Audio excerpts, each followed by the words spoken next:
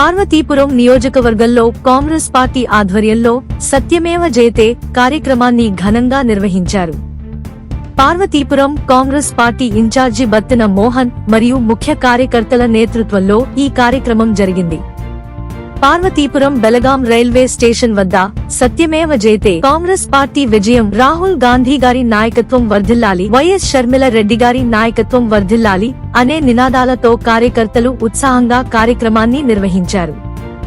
ఈ సందర్భంగా నాయకులు మాట్లాడుతూ భారత సర్వోన్నత న్యాయస్థానం రాహుల్ గాంధీ గారిని, సోనియా గాంధీ గారిని నిర్దోషులుగా ప్రకటించి కేసును కొట్టివేయడం ఎంతో హర్షణీయమని అన్నారు.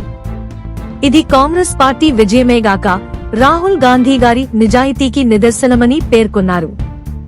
ఈ కార్యక్రమంలో మండల కాంగ్రెస్ పార్టీ అధ్యక్షులు తీల్లా గౌరీ శంకర్ రావు, జిల్లా కాంగ్రెస్ పార్టీ సీనియర్ నాయకులు చొక్కాపు వెంకటరమణ, నియోజకవర్గ ఓబీసీ అధ్యక్షులు సిరసపల్లి శ్రీనివాసరావు, సీనియర్ కాంగ్రెస్ నాయకులు పట్ల సింగ్ రవికుమార్, బంకపల్లి ఉమామహేశ్వరరావు, బొంత వెంకటేశ్వరరావు, రావుపల్లి సంసోన్, యూత్ కాంగ్రెస్ నాయకులు రాయల రాంబాబు, బోనల చంటి, బలగా వసంత్ తదితరులు పాల్గొన్నారు.